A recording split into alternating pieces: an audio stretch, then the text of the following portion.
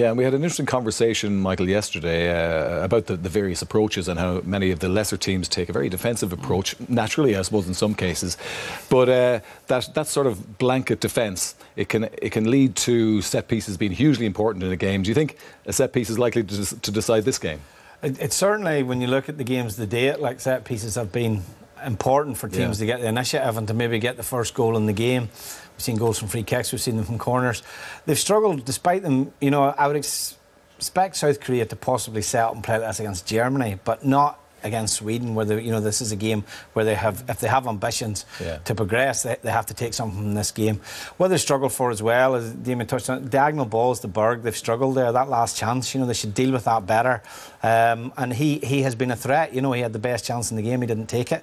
But as I say, where they haven't been able to pose any threat is, been a regular threat on the counter-attack from that deep position. Yeah, and speaking of that chance, I mean, South Korea really have their goalkeeper chance, because this was a magnificent save, wasn't it? Yeah, it's a great save. He's actually, I think he's only winning the 6th cap. We see it here, the ball drops. It's these chances, they've not really been created. They're a bit scrappy all the time, how Sweden have mustered their chances.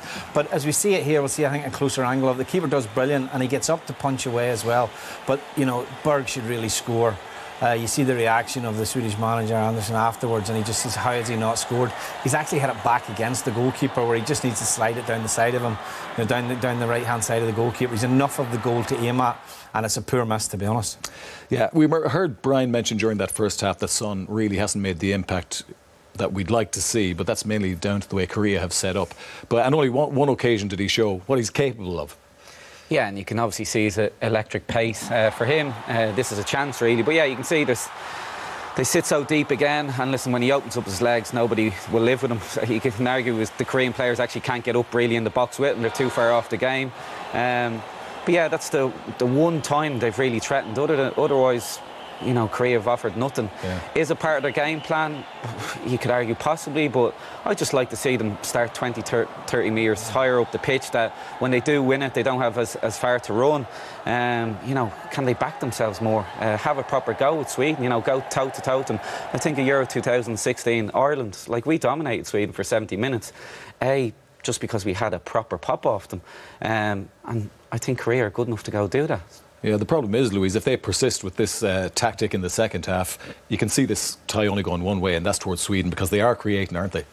Yeah, exactly. They've, as I've said, they've created all the chances, but just haven't finished them now. But as Damien's saying, is this their tactic to try counter-attack as the Swedish back line? It's not the paciest, but again, they're relying on Son again for all of this, and can he carry the team for that as well?